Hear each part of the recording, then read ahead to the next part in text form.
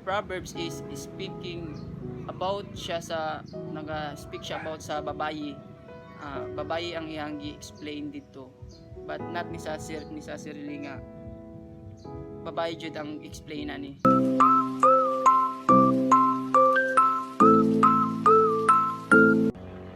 Hello, bless morning everyone, and afternoon and good evening.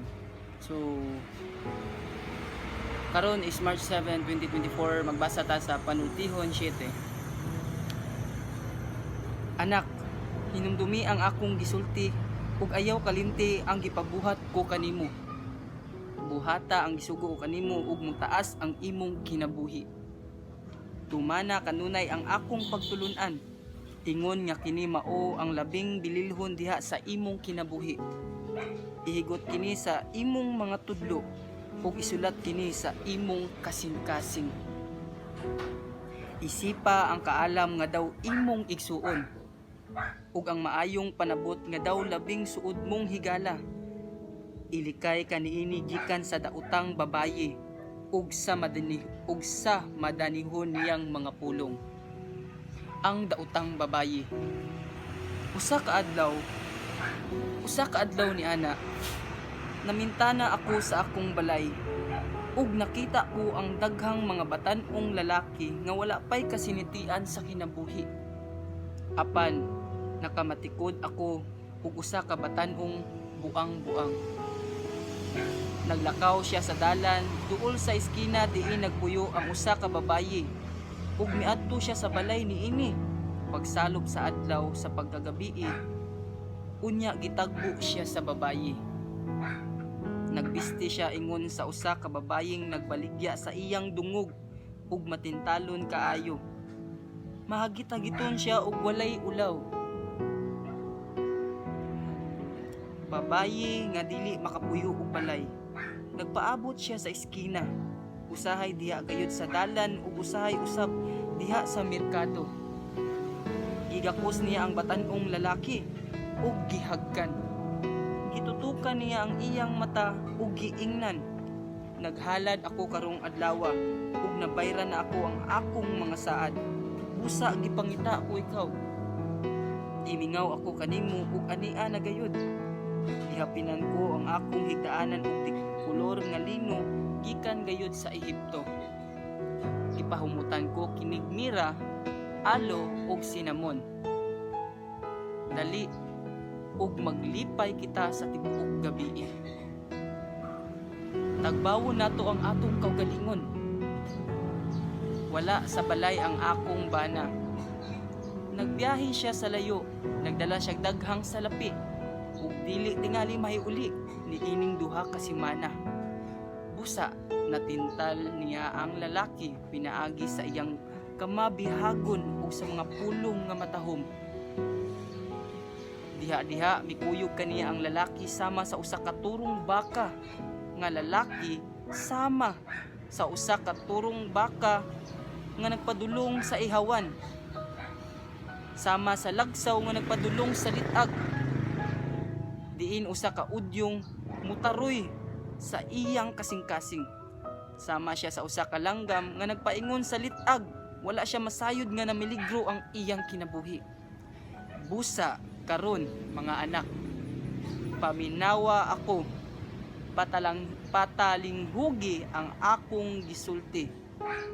Likayin ninyo kining matanga sa babayi. Ayaw padani kaniya.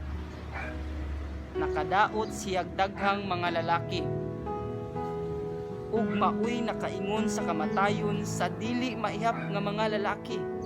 Ang iyang balay mao ang dalan padulong sa kalibutan.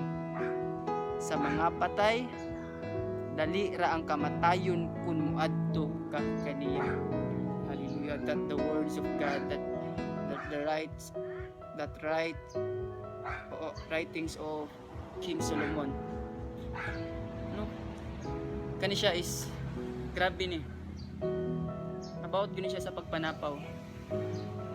The Proverbs is speaking about siya sa naga-speak siya about sa babayi. Babayi ang iyang gi-explain dito, but not necessarily nga babae jud ang explain ani. Kabalo mo, there are mga lalaki sad nga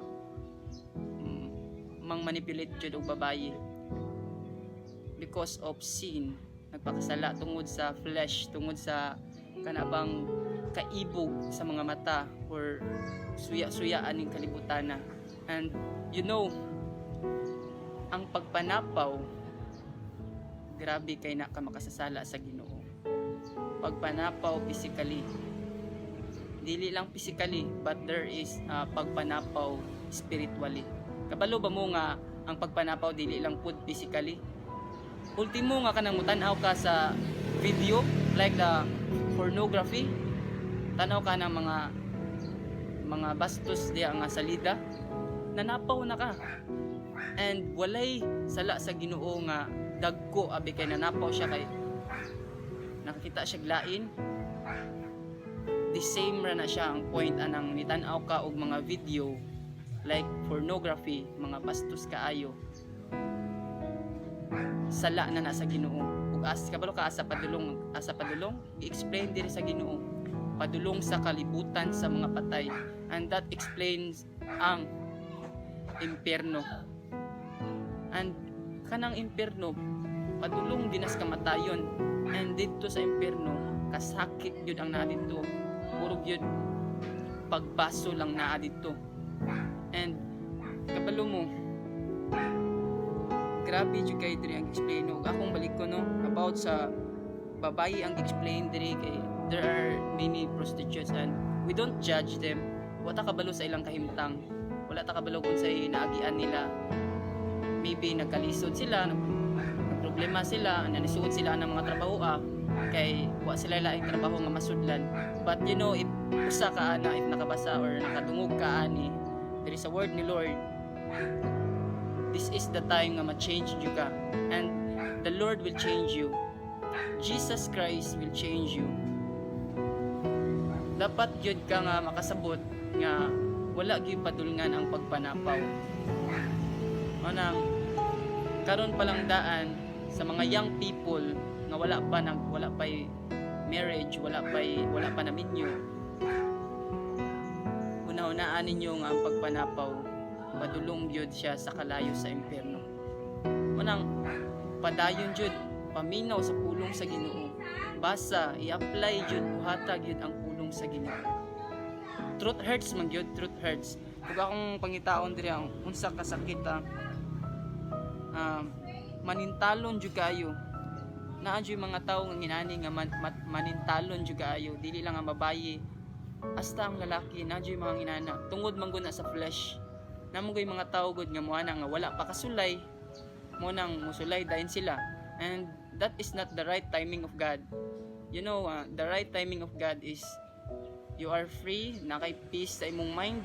Maybe nay problems nga maabot nimo, pero you are free sa tanan nimong buhaton. And if makasala man gani ka sa imong partner, dili pud ginana nga sala like manapaw na ka sa mga laing tao. And explain ganito gahapon sa Proverbs 6 nga dili jud ka pasayloon sa bana sa katong babaye nga imong gipanapawan. Grabe kaayo. No, this is true. Daghang nahitabo diri aning kalibutan.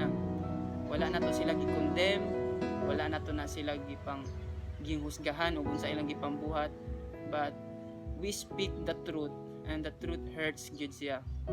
Ug namoy nailhan nga mga tawo inani, or like inyong family, one of your family, pwede gyud ninyo siya tambagan, hinay-hinay, dili pud ingon nga inyo silang kaliton og storya.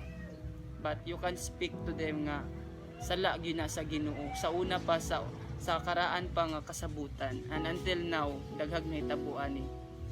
So always tang mag-pray sa especially sa tong pamilya ana nga dili nila na mabuhat, kay naagyoy mga kasina, kasilos, ug maybe the broken family jud ang mahitabo. Daghan jud ma-broke na family. Mo nang important jud nga makabasa ta sa pulong sa Ginoo ug atong ikinabuhi ang iyahang mga pulong, kay iyang pulong mo'y mag-change sa atong kinabuhi.